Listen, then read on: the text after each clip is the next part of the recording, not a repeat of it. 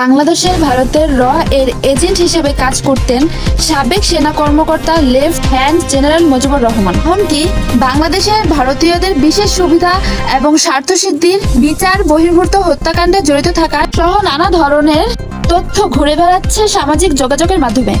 এমন অবস্থায় তার বিরুদ্ধে কিছু চাঞ্চল্যকর তথ্য তুলে ধরেছে অনুসন্ধানী বাংলাদেশি এবং মানবাধিকার কর্মী নাঈম সাঈদ খান।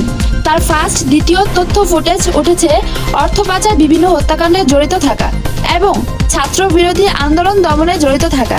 এইসব কাজে আরেক সাবেক সেনা কর্মকর্তা জিয়াউর রহমান আহসান সাথে তার সম্পৃক্ততার কথা উঠে এসেছে। এইসব বিষয়ে ভারতীয় গোয়েন্দা সংস্থা রয়ের সাথে সম্পৃক্ততার ফলে ভারতে পালিয়ে যাওয়ার বিষয়টিও উঠে আসে। মুজিবুর রহমান কর্মরত ছিলেন আর্মি কমান্ডার ট্রেনিং এবং দক্ষিণ কমান্ডার জিওসি হিসেবে। আওয়ামী লীগ সরকার পতনের পর গেল 12ই সেপ্টেম্বর সেনাবাহিনী থেকে বাধ্যতামূলক অবসরে পাঠানো হয় তাকে।